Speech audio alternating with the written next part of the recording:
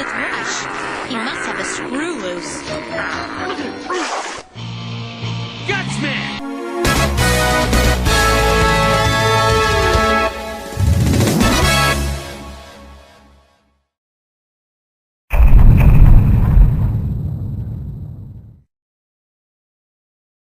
So, around the start of the 2000s, back when I was in high school about 26 years ago, I was being the socially stunted shut-in that I was at the time and listening to some other teenagers in the back of the class talk about video games.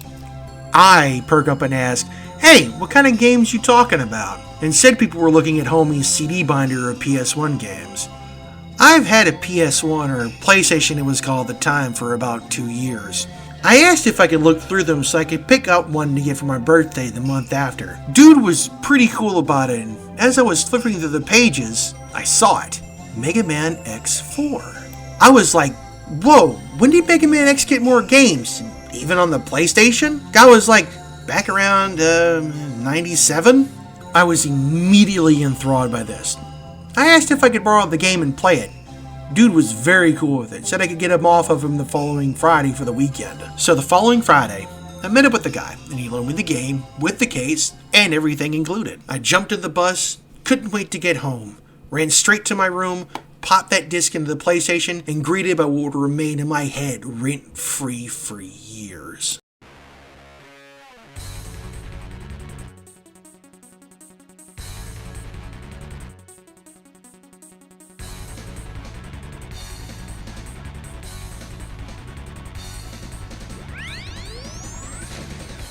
That's right, a fully animated intro done by Studio Zabek.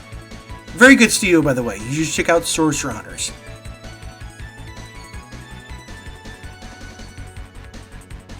This is me actually finally experiencing what the PlayStation could offer. Fully animated anime cutscenes on a disc, no cartridge or anything extra. And once that plays out, you get this absolute banger of a title screen.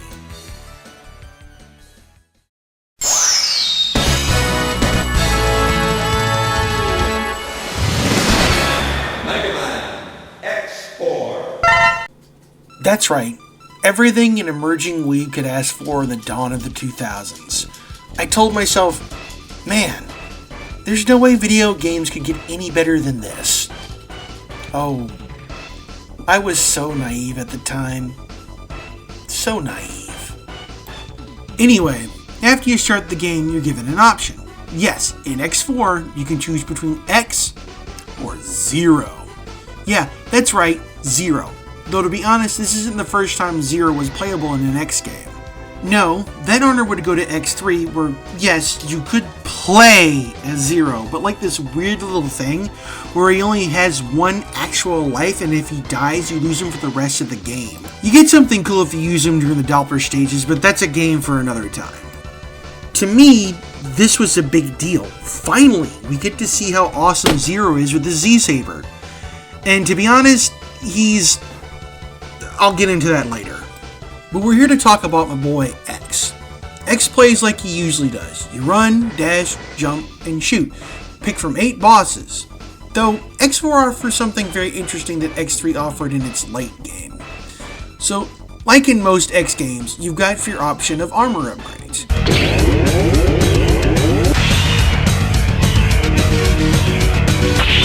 With this one you get 2 buster upgrades, one that can bank charge shots, another being a hyper shot that can blow through enemies and leave a plasma trail. However, there is one thing you can do, and it's very interesting to do. But you can input a code at the character select. If you're playing on the X collection on PC, it's highlight X in the character screen, then input BB, then hit left 6 times, followed by holding left bumper and right bumper, then press start while having Mega Man X highlighted. When you start the intro stage, you'll see X a different shade of color. Once you complete the intro stage, which we will get into later, go to Web Spider's stage, find the first leg capsule hidden behind the waterfall, and Dr. Light grants you the most 100% grade A cheese possible. This is the ultimate armor, the best armor you can get in the game. And lordy, it's the most cheesiest mac and cheese type of upgrade you can get. This literally lets you play through the game in easy mode. unlimited uncharged energy for your special weapons, max reduced damage, and the Nova Crash, the invincible dash. This attack lets you tear through enemies and deal a hurt to most of the bosses. Only the best cheese that Capcom could serve you in this game. Anyway, you have options when you start. Normal and cheese. But then you have Zero. Zero's the definitive hard mode, or more so, skilled mode. Now let me explain something here. If you've experienced any X game, or any Mega Man game, well, I haven't played the other Mega Man games, so I can't speak for ones like Mega Man Zero, Battle Network, Star Force, and ZX. I'm more of a Classics X and Legends Tron Bond dude. There is a marching order when you hit your first boss via a weakness system, sort of like rock, paper, scissors type of thing.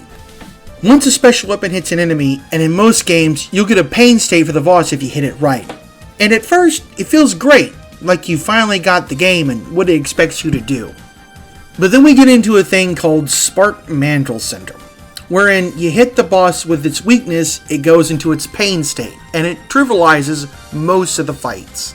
And on repeat playthroughs, this becomes a slog. And you often wonder why this was a thing. In previous X games, most bosses just didn't have a pain state when you hit them, but it showed in their health bar. You just sit there and it's nothing but pain state, pain state, pain state. And you're just sitting there figuring out the most optimal way to constantly move through this slog as quickly as possible. Frost Walrus is a pain because you gotta wait for him to do his dumb walrus slide. And that aiming laser? What a useless weapon and such a pain to use when you fight Storm Owl. Anyway, what makes Zero so much more interesting is that a lot of the bosses with Zero require you to actually put some legwork into defeating them. Yes, you can spam some attacks like the Rising Fire Slash or the Lightning Attack. I swear, whomever thought that thrusting out a lightning attack while standing prone on the ground to hit a nimble little boss like Split Mushroom should have been taken out back and publicly flogged. But before I get off track, let me talk a bit more about Zero. If you played through both stories, you'll notice that X gets the least amount of story, while Zero? Well, X4 is straight up all about Zero and gets the most story in his cutscenes. Which is kinda understandable. For 3 past games, it was all about X and building him up. While with X4 through X6 is all about Zero, digging into his backstory and his past with Wily. X4, when you actually examine the game and its story, is a crucial turning point in the series. In past games, we knew whom were the bad guys and good guys. We knew the stakes of what was going to happen. But in X4, it's legitly robot genocide. An entire paramilitary is obliterated because they chose not to lay down their arms. And I honestly believe that the Repliforce knew this is the outcome, even if it was a conspiracy formed by Sigma. In past games, it's shown that no mercy is shown for Mavericks. I'm gonna rant here for a minute, so bear with me. The term Maverick is so 90s SNES softening of a type of subject matter that the first 3 X games barely explored. When you understand that the term they use in the Japanese version is irregular. Someone on 4chan once explained what it really meant when a Reploid goes irregular. Imagine one day your toaster is so stressed out it refuses to listen to you and doesn't make toast, but sets your house on fire because it's stressed out and tired of being a toaster. Now imagine this with a mecha that is designed to be a construction robot, and imagine that type of irregular lashing out because it's tired of mixing and laying concrete. In X's story at the end of the intro stage, the Colonel is told by X to disarm and to come in for questioning. I firmly believe that considering how things go in this timeline, even with the conspiracy formed by Sigma, having Magma Dragoon destroy the Sky Lagoon, spoilers by the way, but you've had nearly 30 years to play this game, that the Repliforce was doomed right out of the gate, and it didn't matter if they disarmed and surrendered peacefully. They would have been labeled as Maverick and exterminated. Which sentient being would want to fight back and lash out against something that already deemed them as a threat? Mind you, yes, this is a paramilitary organization, but to know that if you step out of line just a little bit in this world, you will be terminated with extreme prejudice. Sadly, these are themes that wouldn't be talked about again until command missions in X8. Anyway, now that we've touched on things, let's talk about the stages the game has to offer. Most of them aren't very unique in stage layout. You've got Biolab, Air Force Base, Jungle, Volcano, Tundra, and then there's at least 3 kinda unique stages. One being Cyberspace. Yes, X literally has to run through the internet just to find a flamboyant peacock maverick. You kind of need to use Soul Body to properly run through this stage to get the Heart Tank and Energy Tank. I've always wondered if, like, X had to go through sites like Fur Affinity or 4chan just to get to this guy. Jeez, the stuff I don't want to imagine X having to go through. The next unique stage is taking down a military train. Is it true that there's a link between autism and trains? Because I often find myself going back to this stage frequently, though train stages in games are always really awesome. Just look at Blood. The third unique stage is a side-scroller. Yes, a side-scroller, but that's not too uncommon in Mega Man games. However, you get to ride on the absolutely awesome Ride Chaser, a flipping hover bike. Though the only pain in the butt thing about this is collecting the items, as it requires you to actually redo the stage to collect the Heart Tank and Second Energy Tank, and both are on a don't pay attention and you'll miss it platforms. Also, there's a little trick I know you can do when Jet Stingray shows up in the stage. With the Ride Chaser, you have a type of invincible type dash, which kind of blows through a lot of things. Well, you can take the Ride Chaser and dash into Jet Stingray, knocking him out of the stage both times when he shows up. Bet you didn't know that, did you? Fight all the bosses, watch their pain states, and then we move on to the final half of the game, the final weapon stages. If you aren't familiar with Mega Man games, which has been almost 40 years, why aren't you? These are your usual in-game stages that combines just about all the things you've dealt with over the course of the game, including unique bosses per stage. First stage in this 3-stage stretch is the spaceport. Battle is pretty much the same for both X and Zero, just different dialogue for both. The second final stage, things separate. With X, you get a cutscene with Double. Man, coming into this after playing X and X2 and realizing that Reploids somehow bleed? Oh wait, Zero bled a bit when he was half destroyed in the first X game. Oh well. Let me tell you something about X4. It is graphic for being a run and jump shoot game. Like, Capcom must have thought X wasn't hardcore enough, so they added Blood and Mechaguro to this game. I mean, I'm not complaining about it, so yeah. Anyway, as you continue through the first half of the second final weapon stage, you have 2 different boss fights depending on whom you have chosen for your playthrough. Iris for Zero, Double for X. X is pretty bog standard. Double mocks him for being too trusting, yada yada, Double is destroyed. However, Zero's is a bit different. You get to know Iris for a bit in this game, and to be honest, I kinda wish the voice acting was a bit better for this scene. But when you listen to it in the JP version, it doesn't sound so cringy. But regardless, this entire scene is the point of no return for this series because of a set of quotes. It's only a fantasy. I want to live in a world where only Reploids exist. It's only a fantasy. I want to live in a world where only Reploids exist. It's only a fantasy. When you go back and play the SNES games, there is a clear-cut line between whom is bad and whom is good. But X4 took that step into the reality of there are no winners in war, only victims. In the later X games, built on this fact, eventually with X8 literally having humanity going to space on orbital elevators called Jacob's Ladder. Yeah, stuff got real biblical real quick. As you progress to the final half of the first final weapon stage, you get a pretty easy fight with a general. I do enjoy my giant boss fights like this. They're fun. After you easily defeat the General, you get told that Final Weapon is finalizing its firing sequence to toast humanity. General realizes whom is starting the sequence. Like we already don't know because, come on dude. You rush to the Final Weapon in Stage 2. Do the usual boss gauntlet. Pain state, pain state, pain state, pain state. Until you finally reach Sigma. You get a cutscene with Zero, and X is just, it was you, Sigma! With Zero, however, you get a very nice cutscene of how things played out when Sigma managed to snag Zero. Then comes the Sigma fight. With X, it takes a bit of finesse and paying attention to Sigma. First phase, you just hit with Rising Fire and watch out for his Scythe dive by hanging on the top of the wall. Repeat till you get to phase 2. This one is a bit more annoying. Sigma could do a series of attacks during this fight. Either he'll throw his Scythe to lodge into a part of the arena and you'll need to avoid it and hit him with the electric web attack while avoiding his I-beams. And while avoiding his shoulder boomerang blades he sends out that will follow you.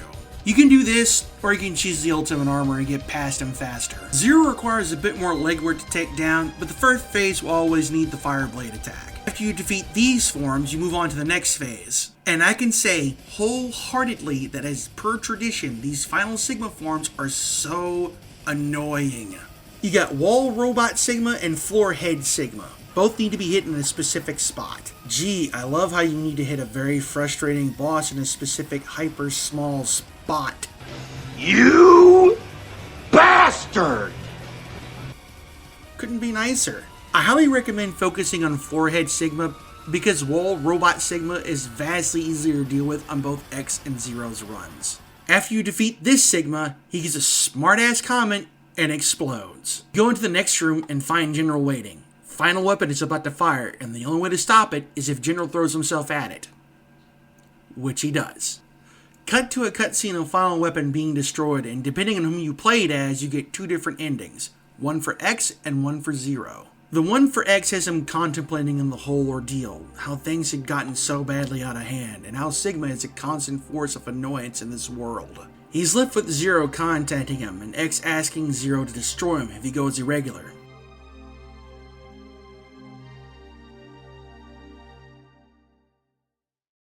In the business, we call this foreshadowing. Zero's, on the other hand, is distraught that he couldn't save anyone, or anything, not even Iris, with the ending quote, "Iris, did we Reploids all turn out to be irregular?" With the realization he wasn't designed to save, but to destroy. Each epilogue ends with a question of the fates of both X and Zero in the future.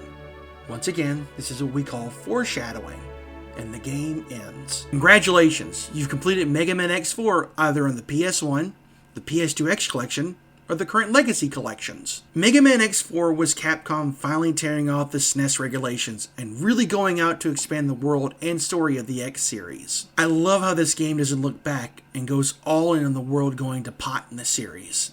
Asking questions about humanity, what it means to protect something, and to go beyond where you came from. But why is it that I'm always coming back to this game? Honestly, let alone a lot of older media. Is it because I'm trying to recapture how I felt in the past about this game and other media? Well,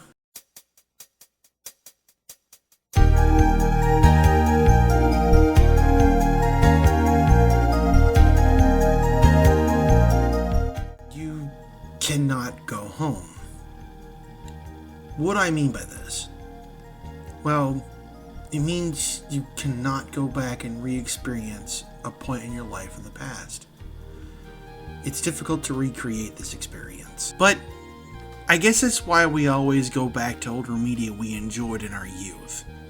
I've often found myself going back and indulging in these past medias, whether it's Sonic 3 and Knuckles, Who's Harry Crumb, G Gundam, but there's the experience still. And even though you can't go home again, you can still visit your friends and share those experiences with them. I asked my roommate about what he thought of the new things I introduced him to, and if it impacted him in any way. And he said, yeah, they have. I didn't think much of the original Star Trek, but seeing all of the practical effects and sets really showed how much heart the show had. It's through these shared experiences as to why we are nostalgic for a time we can't go back to. And that's fine. It's okay to think of the past, of things that were amazing to you at the time. I mean, when I played Mega Man X4, I thought gaming could get any better. It's because of this nostalgia, we don't want it to be forgotten.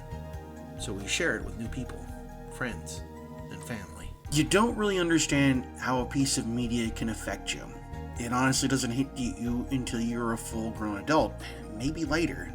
But you always find some way to come back to it. Anyway, this has been a commentary on Mega Man X4 and why it's awesome. You can't go home again, but you can still visit your friends. See you next video.